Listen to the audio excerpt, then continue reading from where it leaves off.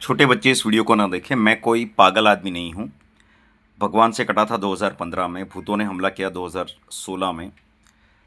Damania family, वनीशंकर Damania, श्रीथार JJ, गजरामे Damania mental patient psychopath, Siddharth Damania psychopath, विराग Damania ENT MD जो कान का doctor है, उन्होंने रात को 1 साल तक कंटिन्यूसली दरवाजे ठोक ठोक के मुझे और मेरी माँ को हाइपरक्यूसिस की बीमारी दी।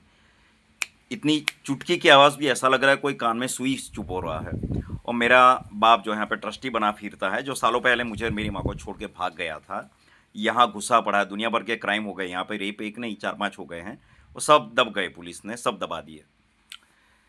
Pain killer, 5 MD ENT doctors, 9 तांत्रिक, राजस्थान के, हरियाणा के, गुजरात के, सबसे इलाज करवा के देख ले। एक टाइम का खाना खाना छोड़ दिया मैंने। यहाँ मेरे कहे जाने वाले रिश्तेदार बार बार मेरी बीमारी का मजाक उड़ाते हैं। 3 बार सुसाइड मैंने ट्राई की। मैं कोई भगोड़ा नहीं हूँ, सारी चीज़ मैंने ट्राई की। साइंटिफिकली, मेडिकली डॉक्टर्स को दिखाया, स्पिरिचुअली तांत्रिकों को दिखाया, भक्ति भाव वापस लाने की कोशिश की, कुछ नहीं हो रहा है। और जो मेरी सारी सेविंग्स थी वो भी सारी की सारी ख़त्म हो गई। 10 लाख के ऊपर तो मेरे लोग पैसे खा के बैठे हैं। तो जिन जिन भाइयों ने मेरे लिए दुआ की थी, मैं माफ़ी चाहता हूँ। इस अस्तित्व को मैं समाप्त करना चाहता हूँ। और मैं कोई भगोड़ा नहीं हूँ। 9 साल से इस दर्द को मैंने माल एडजस्ट किया है। अगर मैं चौथे अटेम्प्ट ऑफ सुसाइड, अभी नहीं, एक पर्टिकुलर डेट को करूँगा, सारा मतलब ये जो संविधान है यहाँ पे पड़ा हुआ है, 2024 का एडिशन, उसका सारा मैंने मतलब रेफरेंस दे दिया। ह्यूमन राइट्स का सारा रेफरेंस दे दिया, पुलिस मैंडेट का रेफरेंस दे दिया, 5 तो मास्टर डिग्री वाले डॉक्टर का रेफरेंस दे दिया। कुछ नहीं हो रहा। तांत्रिक भी जो बहुत पहुंचे हुए थे उनको मतलब 7 लाख रुपए दे दिए, कुछ नहीं हो रहा है। ऊपर से रोज़ मजाक उड़ता है यहाँ पे। मेरी माँ, मेरा बाप, मेरे रिश्तेदार, ये ट्रस्टीज जो अपने बाप की कुर्सी पे बैठे हैं।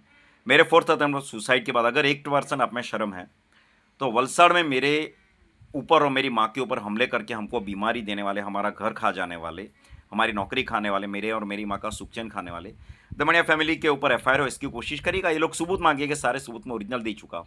और याद रखना, सबूत से बड़ी सच्चाई होती है। जिसको सत्यमेव जयते बोलते हैं, मुझे नहीं लगता कि वो सच है।